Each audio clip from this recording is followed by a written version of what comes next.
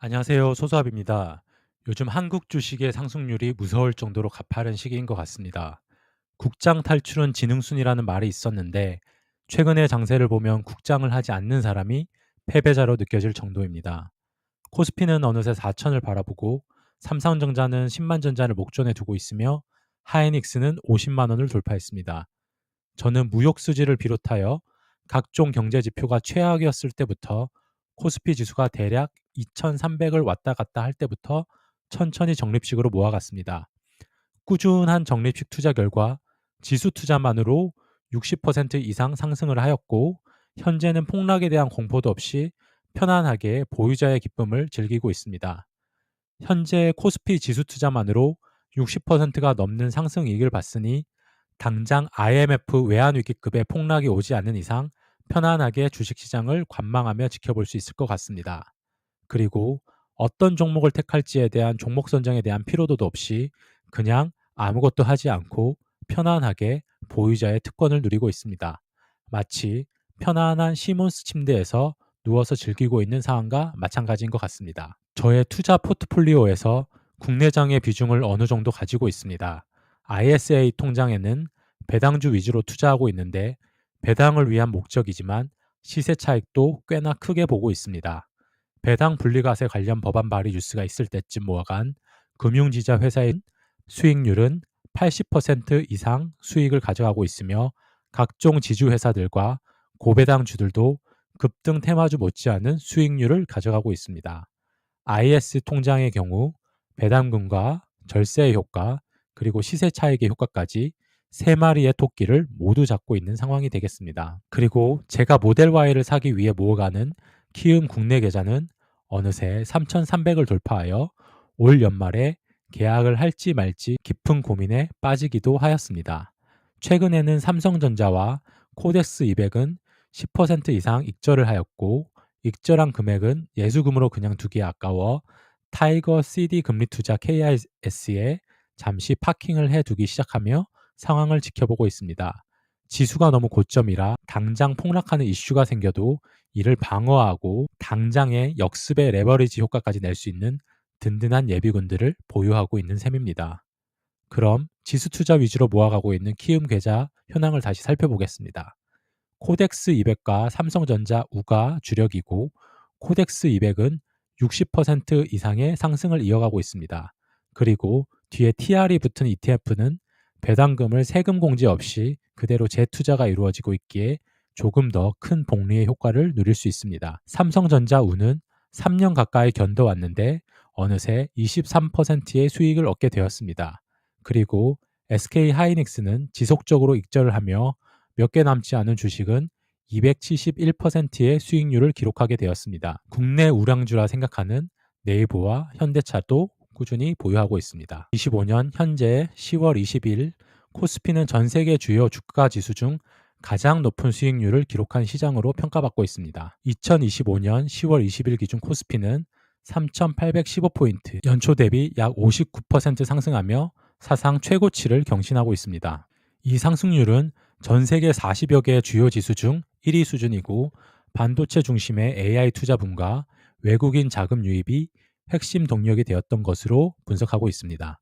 물론 미국을 비롯하여 일본, 중국 모두 2025년 두 자리 수익률을 기록하고 있어서 글로벌 유동성이 대세인 시점에서 현금만 가지고 있는 사람이 가장 가난한 세상에 살고 있다는 생각이 듭니다. 주식이 아니더라도 금이나 비트코인 등 뭐라도 사 놓아야지 인플레이션으로 인한 가난함으로부터 벗어날 수 있다고 생각합니다. 2025년 현재 기준으로 코스피와 주요 국내 대표 종목의 수익률을 종합 분석하면 지수 투자가 개별 종목 투자보다 훨씬 높은 성과를 보이고 있습니다. 하이닉스를 제외하면 우리가 알고 있는 대기업들의 수익률은 지수 수익을 제대로 따라가지 못하고 있습니다. 물론 SK 하이닉스를 선택하였다면 거의 100%에 달하는 수익률을 얻을 수 있기는 합니다.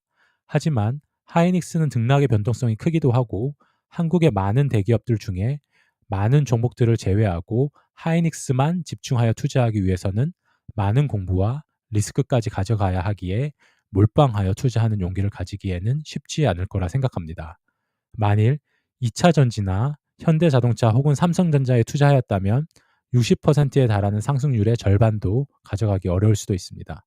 실질적으로 코스피 상승률의 힘을 한껏 보태주었던 종목들은 금융, 에너지, 방산주들의 엄청난 활약 때문이기는 합니다. 하지만 우리가 개별 종목에 대한 철저한 분석을 통해 확신을 가지지 않는다면 삼성전자보다 적은 시총의 기업에 우리의 소중한 자산을 자신 있게 투자하기에는 쉽지 않습니다. 못하는 놈이 있으면 잘 가는 놈이 있고, 이러한 상황이 상승장에서는 끊임없는 순환매가 이루어지고 있습니다. 다시 한번 살펴보겠습니다.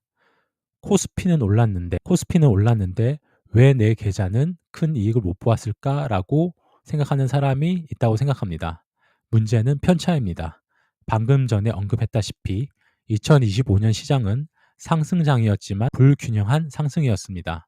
올 초에도 하반기에는 방산업종은 67%, 원전은 59%나 올랐지만 중소형주는 여전히 박스권을 벗어나지 못했습니다. 즉, 개별주 중심으로 투자한 개인들은 이런 섹터 쏠림장 속에서 수익을 놓친 경우가 대부분이었습니다.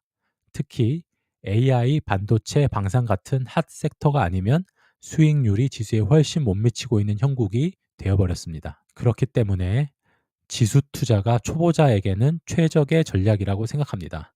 세 가지 이유를 한번 더 알아보겠습니다. 첫째는 분산 효과입니다. 단일 종목의 급락 리스크를 줄여줍니다.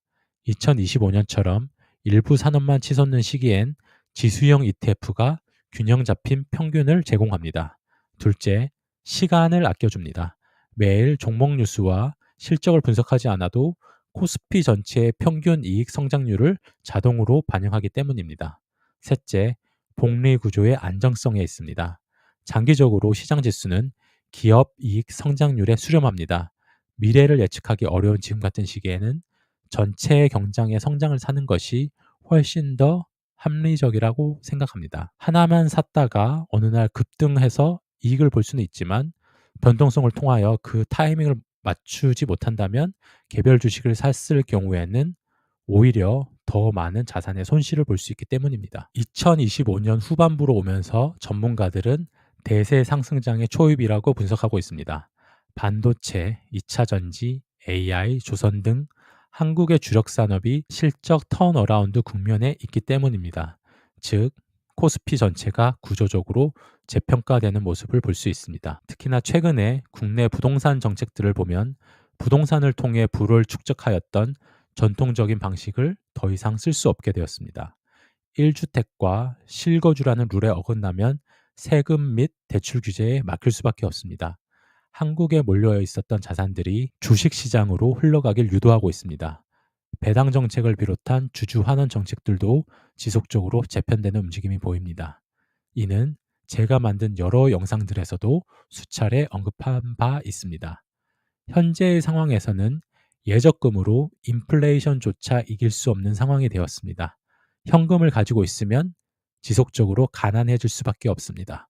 지금이라도 늦지 않았으니 지수 투자와 해칭을 통해 안정적으로 주식시장으로 들어오시길 권장합니다.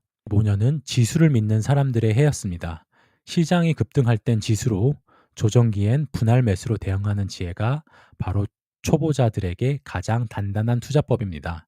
주식은 마치는 게임이 아니라 놓치지 않는 구조를 만드는 게임입니다. 구독자 여러분들도 투자도 지수 중심으로 재정비하기를 권장합니다. 항상 여러분들의 자산 새싹들이 함께 성장하길 바라겠습니다. 지금까지 소수압이었습니다. 감사합니다.